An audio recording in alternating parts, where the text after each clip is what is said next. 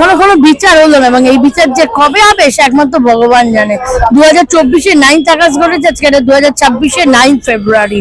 আজকে বোনের আজকে জন্মদিন। গত এখন অব্দি 18 মাস পেরিয়ে গেল, কোনো বিচার নেই। কতদিন আর বিচার পাবো? আমরা পাশে থাকবো। এরকম তো আশা করিনি, আমরা যে এরকম হবে। দিনের পর দিন আমরা এসছি, পথে থেকেছি, আজকে অনেক শারীরিক প্রতিবন্ধকতা নিয়েই এসছি।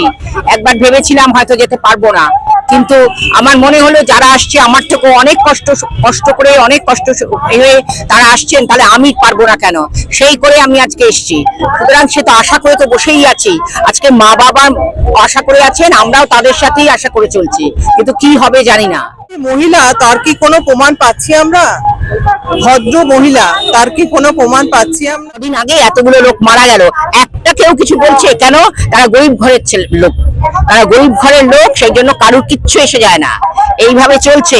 তাদের একবারও ভাবেনি আজকে মুখ্যমন্ত্রী একবারও শোক প্রকাশ করেছে? কি হয়েছে? আমি তো অবাক হয়ে যাই যে এভাবে কি করে চলতে পারে একটা শহরের মধ্যে। মানুষ, তিনি নিজে মহিলা, তার তো কোনো রকম, তাহলে আজকে এই অভয়ার এই অবস্থা হতো? তিনি যদি একবার মমতাময়ী, তার নাম মমতা, তিনি মমতাময়ী হয়ে একবার যদি তার মা বাবার কথা ভাবতেন, আমরা তার মা বাবার কথা ভেবে তো দিনের পর দিন ঘুমোতে পারিনি।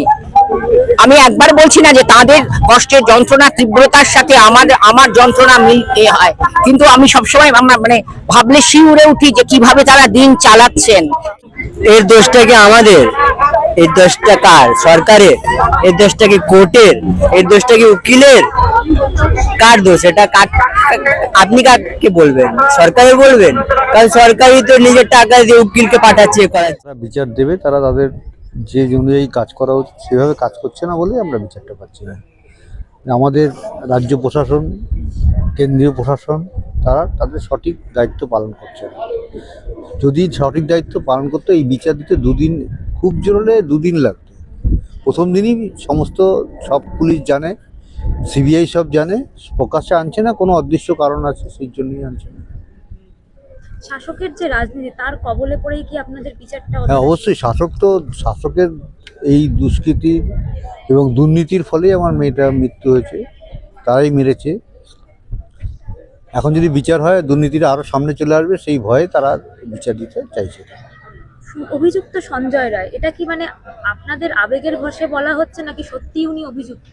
ও অভিযুক্ত তো বটেই, আর সঙ্গে আরো অনেকে যে অভিযুক্ত আছে। চেস্ট মেডিসিন ডিপার্টমেন্টের সমস্ত, এটা একটা কনস্টিটিউশন, যেরকম কনস্টিটিউশনাল মার্ডার, এর পেছনে পুরো সমস্ত ডিপার্টমেন্ট যুক্ত।